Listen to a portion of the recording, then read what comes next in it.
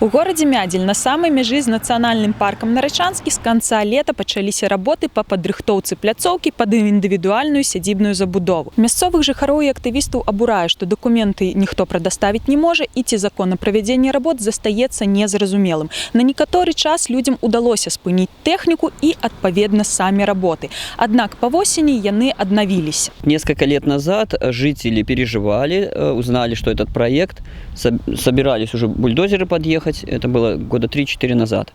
Вот. Ну, они отбили это дело и успокоились. Вот. Мне об этом рассказали.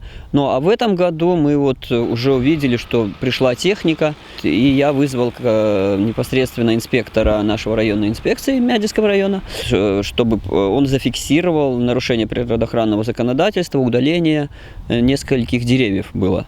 Значит, он до половины пути дошел, и потом, когда увидел камеру, испугался и убежал. Мы его попросили зафиксировать, он отказался. Ну и так дальше мы, естественно, начали обращаться письменно, на каком основании удалены деревья, нам не предоставили тогда никаких документов. Минский комитет природных ресурсов, да, подтвердил, что деревья удалены с нарушением, но мы ожидали, что будут какие-то компенсационные посадки. Мне объяснили, что посадок не будет, просто штраф, и он пойдет в бюджет. Згодна з таксацыйным планам на дадзенай тэрыторыі знаходзіцца 946 дрэваў, 891 з якіх падлягае перасадцы. Аднак, згодна са спецыялістамі, без спецыялізаванай тэхнікі перасадзіць правільна дрэвы практычна немагчыма. Ды і актывісты сцвярджаюць, што на самой справе перасадка не адбываецца. Якобы ценные породы деревьев, вот эти вот сосновые массивы, они хотят вот пересадить вот пляж города Мядзель, и там торфяники, где гостиница новая к Дажинкам зроблена была,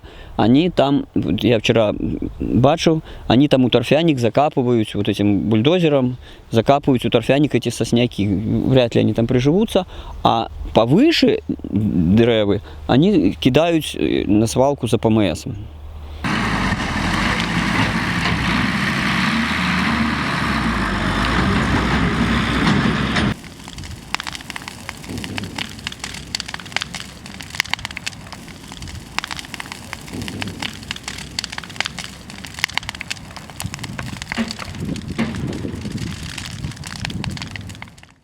Людзі звяртаюцца ў наглядныя органы з просьбамі разабрацца. Аднак ці прывядзе гэта да нейкіх станоўчых вынікаў, незразумела. Таму ім застаецца проста назіраць за знішчэннем навакольнага асяроддзя.